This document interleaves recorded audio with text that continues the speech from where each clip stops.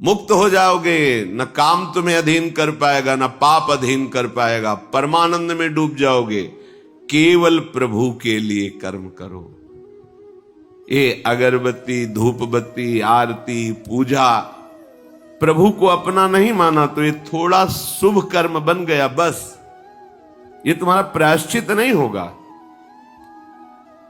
जो तुमने अधर्माचरण के अगरबत्ती धूप बत्ती से खत्म होने वाले नहीं हैं, उनके लिए तुम्हें नाम जप करना पड़ेगा, नाम कीर्तन करना पड़ेगा। नाम कीर्तनम यस्य सर्व पाप प्रणाशनम, समस्त पापों का नाश करने में समर्थ है। राधा राधा राधा, कृष्ण कृष्ण कृष्ण, गोविंद गोविंद गोविंद। भगवन नाम, अगर भगवन नाम का आप निरंतर जप करने लगे तो आप स्वयं तर जाएंगे और लोगों को तार देंगे। मम भक्ति युक्तो भुवनम पुनात सतरति सतरति सा लोकान तारयति। जो भी कर्म कर रहे हो वो भगवान के लिए भावना करो, उस कर्म को भगवान को समर्पित करो, तो तुमसे पापाचरण नहीं होगा।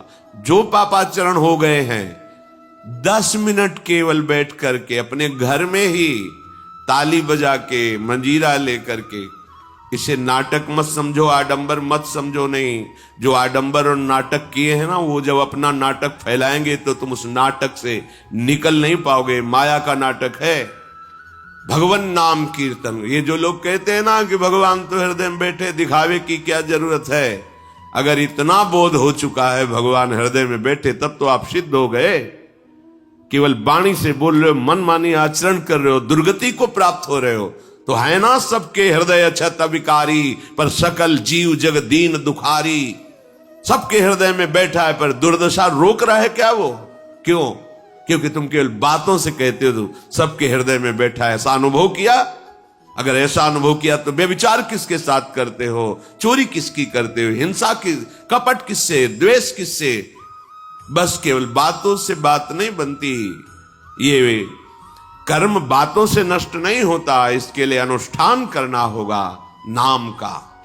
चाहे जैसी परिस्थिति हो, चाहे जो हो, जैसे भी हो, तुम्हारा मंगल होगा। अहोबत स्वपचतो गरियान यज्जिभ्यागे वर्तते नाम तुभ्यम। वो नीच आचरण करने वाला, अभक्ष पदार्थ खाने वाला भी यदि भगवान नाम उच्चारण करता है तो परम पावन हो जाता। अहो, आश्चर्य की बात!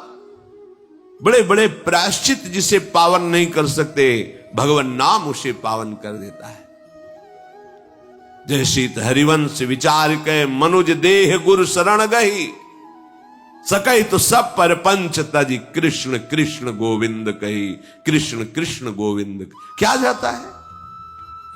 हम तो ये नहीं कह रहे कि तुम नहा के जपो, तुम ऐसा को, जैसे हो, जहां हो, गोविंद गोविंद, राधा राधा राधा वल्लभ श्री हरिवंश, तुम पावन हो जाओगे प्यारे। तुम्हारी दुर्गति, तुम्हारी विपत्ति, तुम्हारी उन्नति में जो बाधक कर्म है उनको नष्ट करो। किसी से भीख मांगने की जरूरत नहीं, कृपा की। अगर नाम जप नहीं तो कहीं भी भाग के चले जाओ, देख लो तुम्हें क्या मिलता है। नाम जप करो, तुम स्वयं देने वाले बन जाओगे। मांगना मिट जाएगा जन्म जन्म का। विश्वास करो, जैसे भी हो। नहीं छोड़ पा रहे गंदी बातें, शुरू करो। नाम को तो अंदर लाओ, वो तुम्हें इतनी सामर्थ्य देगा, सब छूट जाएगा, सब छूट जाएगा। विश्वास करो। आज तक जितने बड़े बड़े ऊंचाई के पद पर पहुंचे हुए महात्मा हैं, सबके मूल में नाम पाया गया। निरंतर नाम जप, निरंतर अभ्यास करने से होता है। विश्वास करो, इसके बराबर न तीर्थयाटन है, न कोई अन्य साधन है। नाम कलयुग केवल नाम आधारा, सुमिर सुमिर नर उतर ही पारा। जिसने नाम का आश्रय ले लिया महासुखी हो गया। पर जब तक तुम्हारे पाप कर्म भस्म नहीं होते, तब तक तुम्हें आनंद नहीं मिलेगा। इसलिए विश्वास करके दीर्घ काल तक सम्मान पूर्वक, आदर पूर्वक हृदय में नाम जप करो। जब पाप वासनाएं नष्ट हो जाएंगी, पाप प्रवृत्ति नष्ट हो जाएगी, तब आनंद की धारा, तुम्हें कोई भी विपत्ति, कोई भी संकट परास्त नहीं कर पाएगा। प्रश्न होता है कि हम बहुत प्रयास करते हैं पर सफलता नहीं मिलती। प्रयास को कहते हैं पुरुषार्थ, और सफलता नहीं मिली उसको कहते हैं प्रारब्ध।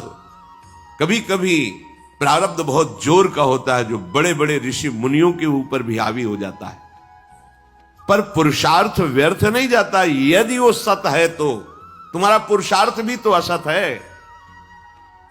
अगर राधा राधा बीच में बोलते रहो और प्रभु की भावना कर लो कि 8 घंटे से जो काम कर रहा हूं वो समय और वो कार्य दोनों प्रभु को समर्पित करते हैं, अब ये सत्य पुरुषार्थ हो गया।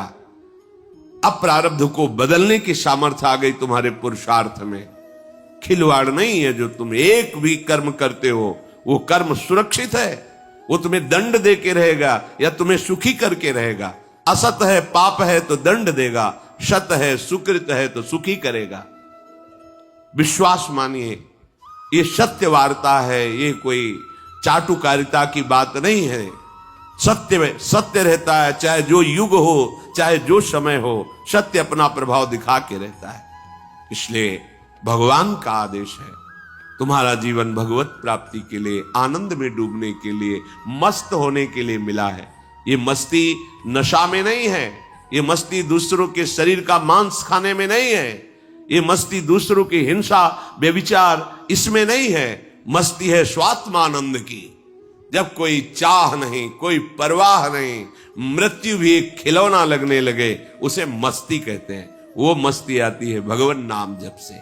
शुद्ध ज्ञान का प्रकाश हुआ, मरने का भय खत्म हो गया, क्योंकि शरीर राग नष्ट हो गया। इसलिए सावधान होकर जो जहां जैसी भी परिस्थिति में हो, भगवान नाम सदैव अपने पास रखो। राधा राधा, कृष्ण कृष्ण, गोविंद गोविंद। देख लेना, निहाल हो जाओगे, निहाल हो जाओगे, मस्त हो जाओगे। हमारी बात मान लो, हमारी प्रार्थना मान लो। कुछ इसमें नहीं लगता। इसमें न पैसा देने की बात कर रहे, ना कोई संयम नियम की बात कर रहे। जैसे बने, मन नहीं लगता, मत लगने दो, ये बड़ा दुष्ट है। ये लगता है हमें दुर्गति कराने के लिए। अगर इसकी हां में हां मिलाओगे तो ऐसे निंदनीय कर्म कराता है, घृणा होती है अपने मन से। देखो ना, झांक के देखो ना मन को, कभी ये तृप्त नहीं हुआ। वही गंदी बात, वही गंदा चिंतन, वही गंदे आचरण की प्रेरणा। इस दुष्ट को मित्र मानते हो, ऐसे मन को? जो हमारा खास दुश्मन है वो मन है। वासनाओं में फंसा हुआ, वासनाओं की प्रेरणा करने वाला दुश्मन मन है। इस मन को डंडे से मारो। डंडा है हरिनाम। जितना जपोगे मन उतना ही सावधान रहेगा। कृष्ण कृष्ण, गोविंद गोविंद गोविंद, निरंतर रटन करो। राधा राधा राधा। क्या जाता है? जिह्वा से नाम उच्चारण कर रहे, शरीर से अच्छे कर्म कर रहे हैं, विचार अपने आप पावन होने लगेंगे। विचार पावन हुआ तो महात्मा हो गया, चाहे वो गृहस्थ हो, चाहे वो विरक्त हो। तो ध्यान दीजिए, हमारे पुरुषार्थ को प्रबल करने वाला और प्रारब्ध को नष्ट करने वाला एक ही महान समर्थ है, भगवान नाम। इसके सामने कोई साधन बराबरी नहीं कर सकता। ये महामहिम नाम भगवान का है, भगवान को भी अधीन करने की सामर्थ्य रखता है। ये जो निकृष्ट भाव बैठा हुआ है, बेटी हुई उदास हो गए, लड़का हुआ थाली बजाओ, घंटा बजाओ, जिससे बहुत बड़ा, बिल्कुल ठीक नहीं है। ये बेटा होता किससे है? बेटी से ही होता है। तुम किससे हुए हो? किसी मां से हुए हो। वो क्या थी? किसी की बेटी ही थी। कैसी मूर्खता छा गई है, गर्भस्थ बेटी की कोई परवाह न करके उसको। ये क्या है? कितने राक्षस वृत्ति में आ गए हैं हमारी। राक्षस भी अपने बच्चों को नहीं खाते। कितनी राक्षसी बुद्धि। हम सुंदर दिखना चाहते हैं, समाज में सम्मान पाना चाहते हैं, और पाप कर्म कैसा? बेटी है गर्भ में, हत्या करा दो, नहीं चाहिए। तो बेटा कहां से पैदा होगा? वो किसी की बेटी से ही तो पैदा हो रहा है। कैसी मूढ़ता छा जाती है। वैसे भी शास्त्र में स्त्री हत्या करना बहुत बड़ा महापाप कहा गया है। फिर भ्रूण हत्या, गर्भ हत्या, गर्भस्थ शिशु की, उसमें भी कन्या, सर्वनाश। इसके बाद फिर रोते हैं, हमने कौन सा पाप किया, भगवान ने हमारा पुत्र छीन लिया। कौन सा पाप किया, भगवान ने ऐसा कर दिया। अरे अपने डायरी में तो लिखा करो कि तुमने कौन से पाप किए हैं। फिर जब परिणाम आवे तो सोचोगे तो लगेगा बहुत हल्के में निपाट रहे हैं भगवान, हमें तो बहुत कष्ट मिलना चाहिए। कैसी कैसी निर्दयता बैठ गई हो। हम मनुष्य कहलाते हैं, सदगृहस्थ कहलाते हैं, गर्व से चलते हैं और गर्भस्थ शिशु की हत्या करते हैं। मान जाओ, ना सत्संग सुन रहे हो, ना शास्त्र स्वाध्याय कर रहे हो, इसलिए तुम्हें पता नहीं कि तुम कौन सा पाप कर रहे हो। ऐसे ये पाप, कुछ पाप ऐसे हैं जिनको वज्र की लीक कहा गया। वज्र की लीक में मिटाल नहीं सकते, तुम्हें भोगना पड़ेगा। जो गृहस्थ है और संतान नहीं है, उस जीवन को सार्थक करने के लिए अपने गृहस्थ जीवन का त्याग करो। तीर्थ धाम कहीं वास की व्यवस्था करो और दोनों मिलकर भजन करो, अपने शरीर को पूरा करो, तो जीवन सार्थक हो जाएगा। अगर गृहस्थ है, संतान है, पढ़ाओ लिखाओ, उसको उसी योग्य करो जैसे तुम्हारे माता पिता ने किया है, तो तुम उस ऋण से मुक्त हो जाओगे। और फिर भी भजन करो, भजन ही तुम्हें भगवान की प्राप्ति कराएगा। दूसरा, जो अपने धर्म से भ्रष्ट हो चुका है, उसका जीवन व्यर्थ है।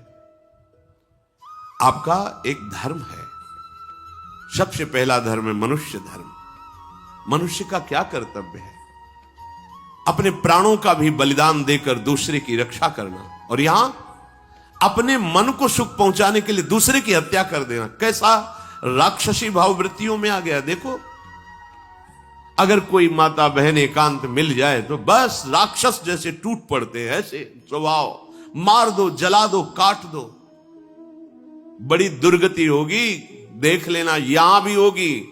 छुपा के भी कर लो, तब कर्म प्रकाशित होगा। जब तुम अपराध नहीं करोगे, अपराध नहीं करोगे, तब वो अपराध तुम्हें फंसाएगा और जीवन भर रुलाएगा। मरने के बाद नरक मिलेगा। नरक माने बड़ी जेल है, वो बड़ी जेल, ये छोटी जेल है।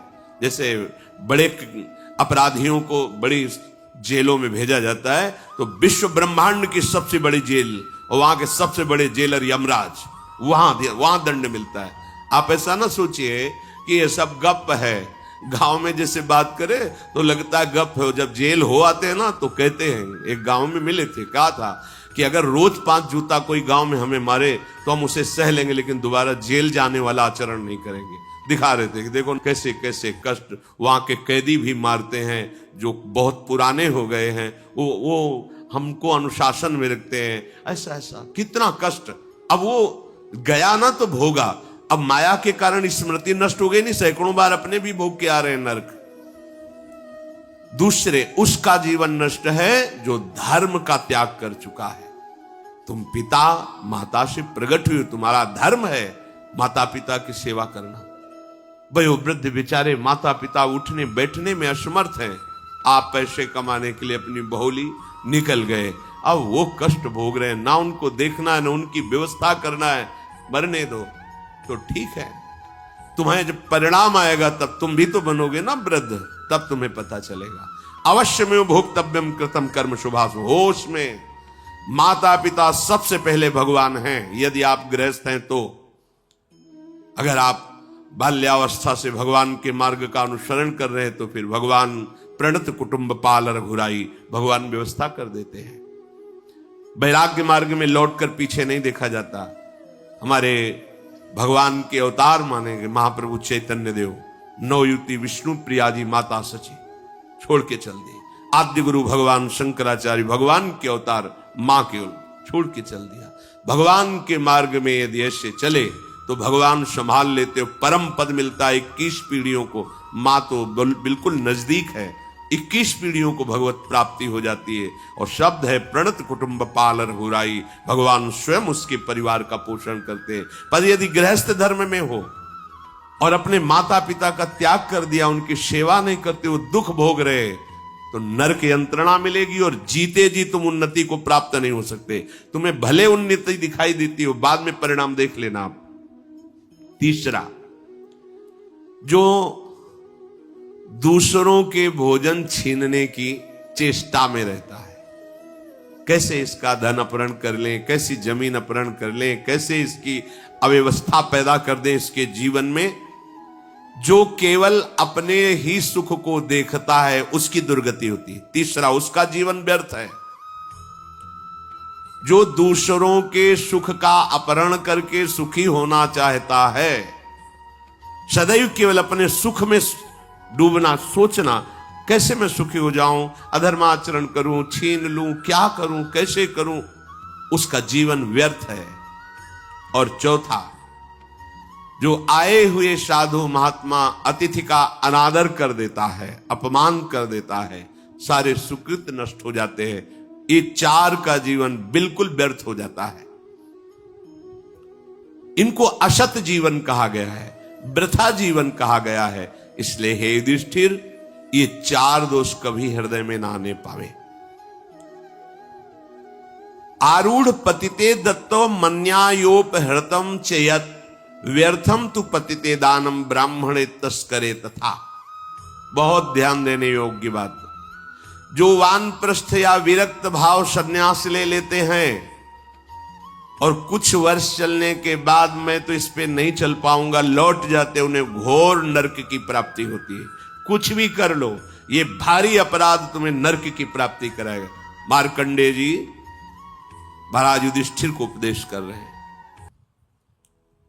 एक बार एक सन्यासी जी ने कहा था कि हमने गुरुजनों से सुना है कि यदि वचन से संकल्प ले ले कि बस अब कुछ महीने बाद हम सन्यास ले लेंगे और विरक्त होकर भगवान का भजन करेंगे, और यदि वो ऐसा नहीं करता तो उसे चंद्रायण व्रत रहना चाहिए, तब उस पाप से मुक्त होगा। चंद्रायण व्रत कहते हैं प्रतिपदा को 1 ग्रास, द्वितीया को 2 ग्रास और अमावस्या को 15 ग्रास, फिर नीचे घटाते चले जाओ 14, 13, 12, 11 ऐसे पूर्णिमा को पूर्ण 1 महीने से उपवास रहने से हम सन्यास लेंगे। इस बात के अपराध का उसको सन्यास लिया नहीं, केवल घोषणा कर दी थी। और जो सन्यास ले लिया या वानप्रस्थ, वानप्रस्थ कहते हैं पत्नी के सहित विरक्त होकर भजन करना। गृहस्थ में थे, अब निर्णय कर लिया कि अब आजीवन हम ब्रह्मचर्य रहेंगे और भगवान का भजन करेंगे, धाम तीर्थ वन आदि में रहकर वो जीवन में दोनों भजन करके भगवान की प्राप्ति में लगा, उन्हें वानप्रस्थ कहते हैं। सन्यास जो पूर्णतया वैराग्यवान होकर केवल भगवान के आश्रित जीवन। सन्यास मार्ग में माता पिता परिवार का दिया हुआ कुछ स्वीकार नहीं किया जाता, उनके द्वारा भरण पोषण नहीं स्वीकार किया जाता। अगर स्वीकार करता है अपने धर्म से भ्रष्ट हो जाता है। ये मनमानी आचरण, न शास्त्र स्वाध्याय है न सत्संग में श्रद्धा है। मनमानी आचरण से अध्यात्म मार्ग प्रकाशित नहीं होता। जिसने सन्यास ले लिया और वो फिर गृहस्थ में लौट जाता है, अब हमसे तो होने वाला नहीं, तो उसे आरूढ़ पतित कहते हैं। आरूढ़ पतिते दत्तो मन्यानयोपहृतम चयत, उसको दुर्गति प्राप्त होती है। इसलिए होश में ये मार्ग ऐसा नहीं अब हमारा मन नहीं लगता, अरे अहो भाग्य है कि तुम्हारे भाग्य से विषय भोग मिटा दिया भगवान ने, तुम्हें परमार्थ का मार्ग दे दिया। जिसको छोड़ना कठिन है भगवान ने उसे काट दिया, चलो मेरे मार्ग में चलो। हम मनमानी आचरण नहीं, बिल्कुल नहीं। यहां शास्त्र आदेश करता है। ऐसे नहीं होना चाहिए कि 4 दिन हुए कपड़ा उतार दिया, कपड़े बदल लिए, 5वें दिन फिर उसी पोशाक में। तो जानते हो इससे क्या होगा? जीवन भर कुछ कर लो, दुर्गति प्राप्त होगी। तस्मात् शास्त्रम प्रमाणम ते कार्याकार्यो, ये कानून है। कानून में फंस गए तो सजा निश्चित होगी। ये भागवतिक कानून, जैसे एक राजकीय कानून है, तो ये भागवतिक त्रिभुवन का कानून है। त्रिभुवन में कहीं यही कानून काम करेगा। अलग अलग देश का कानून है, लेकिन ये त्रिभुवन का कानून है, विश्व का कानून है, ये भगवदीय कानून है। अगर इसमें फंस गए तो निकलना मुश्किल हो जाएगा। बहुत शास्त्र के अनुसार चलो। तो जो वानप्रस्थ या सन्यास लेकर के पुनः गृहस्थ धर्म से युक्त हो जाता है, उसकी दुर्गति निश्चित हो जाती है। आप तुम वो कर ही नहीं पाओगे। जैसे कहते हैं अब मंत्र ले लिया, आप क्या जाने की जरूरत है? मंत्र प्रकाशित ही नहीं होगा, जप ही नहीं पाओगे। लिख के देख लो, ये शब्द लिख लो, मंत्र नहीं प्रकाशित होगा, जप ही नहीं पाओगे। खिलवाड़ है परमार्थ चलना। एक एक अक्षर में अगर त्रुटि हो जाती है तो छाती जलेगी। कैसे गलती कैसे होगी? एक अक्षर भी अगर शास्त्र सम्मत इष्ट प्रेरित है, हृदय शीतल रहेगा, परमार्थ प्रकाशित रहेगा, ये मार्ग है। अब कौन शास्त्र स्वाध्याय करता है? कहां में सत्य चर्चा सुनने को मिलती है? भगवत कृपा है जो सुनने को मिल रही, इसको हृदय में धारण करो। जो जीवन हमें भगवान ने दिया है ये निंदनीय जीवन नहीं है, ये रोने वाला जीवन नहीं कि हाय हमें दूल्हा नहीं मिला, दुल्हन नहीं मिली, हाँ संसार के भोग नहीं मिले, परिवार बड़ी कृपा हुई जिस दलदल से हम नहीं निकल सकते थे, नहीं निकल पाए अनंत जन्मों से, आज हमारी लाडली ने फूल जैसा मुझे अलग कर दिया। ये गृह कारज नाना जंजाला, ते अति दुर्गम शैल विशाला, ये शर्म आवत अति कठिनाई, राम कृपा बिनु आए न जाई। भगवान ने तुम पर कृपा की, तुम्हें नाचना चाहिए कि रोना चाहिए? विषयों को देख देख कर जलते हो, भोगने की लालसा रखते हो, कैसा जीवन, व्यर्थ जीवन। बिल्कुल नहीं, सावधान, तुम्हारा जीवन भगवान के लिए, तुम्हारे भाग्य में श्री जी लिख दी गई है। आह, हमें नाचना चाहिए। हमारे भाग्य को बदलकर प्रभु ने अपना चरणारविंद, अपना धाम, अपना नाम, अपनी सेवा दे दी। धिक्कार है अगर ऐसे होने पर भी ललचाए और उस मार्ग की तरफ जाए जहां से श्री जी ने निकाल लिया है। तो जो वानप्रस्थ या संन्यास धर्म स्वीकार करके पुनः गृहस्थ धर्म का आश्रय ले लेता है, उसकी नारकी गति होती, दुर्गति होती है। और जो पापाचरण करके, अन्याय से, अधर्म से छीन झपट करके धन, और सोचता है उसमें कुछ दान कर देंगे, जैसे किसी ने प्रश्न किया था ब्लैक और व्हाइट, कि अब हम तो ब्लैक और व्हाइट का मतलब काला और सफेद समझते हैं, तो काला धन का मतलब होता होगा अधर्माचरण या जो राजकीय विभाग से पास ना हो, उसे ही काला धन कहते होंगे।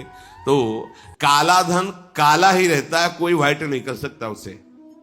जमा कर लो, एक समय आएगा कि ट्रक में लद के सब चला जाएगा, तुम भी लद के चले जाओगे। अगर वो समय ना आया तो यमराज के दूत तुम्हें ले जाएंगे, सब यही पड़ा रहेगा। होश में चलो। दान किसे कहते हैं? खूब मेहनत करो, धर्म से कमाओ, फिर उससे एक रोटी की व्यवस्था किसी की भी कर दो, उसे सतदान कहते हैं। लाखों बेईमानी से कमाए, अधर्म आचरण से दूसरों को चूस चूस के ऐसा दुख दे कर फिर सोचा कि लाख में 10,000 दे देते हैं, व्हाइट हो जाएगा। व्हाइट नहीं हो जाएगा, ये और तुम्हारे ऊपर आक्रमण कराएगा, क्योंकि जिनको दे रहे हो उनकी भी बुद्धि तो भ्रष्ट होगी, तो तुम्हारा धर्म बनाना, हाँ व्हाइट नहीं होगा, फाइट होगी। मार पिटाई शुरू करवाएगा, वो ऐसे आचरण करवाएगा, जहां जाएगा वहां खोपड़ी फोड़ेगा, उसका परिणाम जब आपके आएगा तो आपकी खोपड़ी फूटेगी। व्हाइट तो तब हो सकता है जब व्हाइट चलो। व्हाइट का तात्पर्य होता प्रकाश, श्वेत, ये लक्षण सतोगुण का। सात्विक भाव से चलो, मेहनत की कमाई से, पसीना चुआ के खूब मेहनत किया और फिर किसी को दिया, तुम्हारा परिवार उन्नतिशील रहेगा, तुम्हें लोक परलोक में सुख प्राप्त होगा। अन्याय से कमाए हुए धन का दान पतित कर देता है, पतित कर देता है। अब इसमें एक उपाय है, मुझे पता नहीं था, प्रमादवश मेरे से गलती हो गई, कभी जीवन में गलती नहीं करूंगा, अब सुधार के लिए करो, हो जाएगा। मुझे पता नहीं था, मैंने कभी सुना ही नहीं था, बस यही था कि धन प्राप्त करूं, धन प्राप्त करूं, और गलती हो गई। अब मुझे पता चला कि मैंने गलत किया है, तो अब लो नशानी, अब ना नशे करो, गौ सेवा, संत सेवा, ठाकुर सेवा, गलती आगे से नहीं करूंगा। ये एक सूत्र बहुत बढ़िया, अबलो नशानी अबना नशे, ये सबको पावन कर देता है, सब कुछ पावन कर देता है। पर ये ऐसा नहीं कि हम 100 कमा रहे हैं बेईमानी से तो 10 देते रहेंगे तो 90 व्हाइट होते रहेंगे, ऐसा कदापि कहीं नहीं लिखा। ये शास्त्र है, तस्मात् शास्त्रम प्रमाणन्ते। कई बार लोग प्रश्न करते हैं इस विषय का, ध्यान से सुन लो। अन्याय से कमाया हुआ धन अगर उसे हम दान भी करते हैं तो वो पतित ही करेगा, गिराएगा ही, किसी काम का नहीं है। आगे वर्णन कर रहे हैं कि धर्म से कमाया हुआ दान अगर ऐसे को दोगे तो वो भी व्यर्थ हो जाएगा। कैसा? मिथ्यावादी, पापाचरण करने वाला, झूठ बोलता है, पापाचरण करता है, और आप उसे दान कर रहे हैं, बाद में वो पाप करेगा। तो उसका फल आपको मिलेगा। उसके पाप के बढ़ावे में आप साझेदार हुए। आपका जो दान था उसके पाप में बढ़ावा देगा, आपको उसको साझेदारी का फल भोगना पड़ेगा। कृतज्ञ, जो दूसरे के किए हुए को उपकार को नहीं मानता, अभिमानी और मदिरा पान करने वाला, अब आपसे पैसा लिया, शराब पिया, गंदे आचरण किए, आप उसके हिस्सेदारी बने। ऐसा थोड़ी दान की कोई मांग रहा है दे दो। बहुत पात्र और अपात्रता का निर्णय करके दिया जाता है। ऐसे नहीं कि मांग रहा है तो देना ही पड़ेगा, नहीं। हमें अधिकार समझ में आवे कि हमारे द्वारा दिए हुए धन का सदुपयोग हो रहा है, वहां पात्र देख करके धन आदि का दान किया जाता है।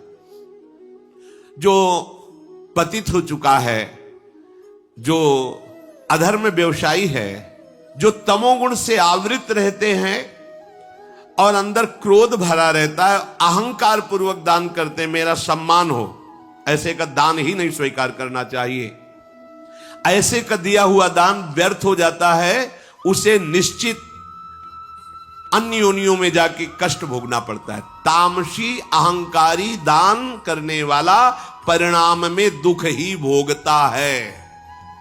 मैंने दिया, ये मैंने बनवाया, ये मैंने किया, ये तमोगुण का लक्षण अहंकार है।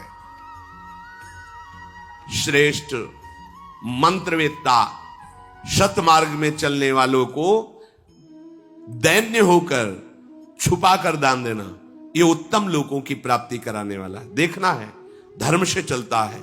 हम जो धन देंगे उसका धर्म में प्रयोग होगा। मंत्रवेत्ता है, निरंतर मंत्र का अनुष्ठान करता रहता, पावर है। अगर हमारा धन ऐसी जगह गया तो हमारे पापों का नाश करके उत्तम लोगों की प्राप्ति कराएगा।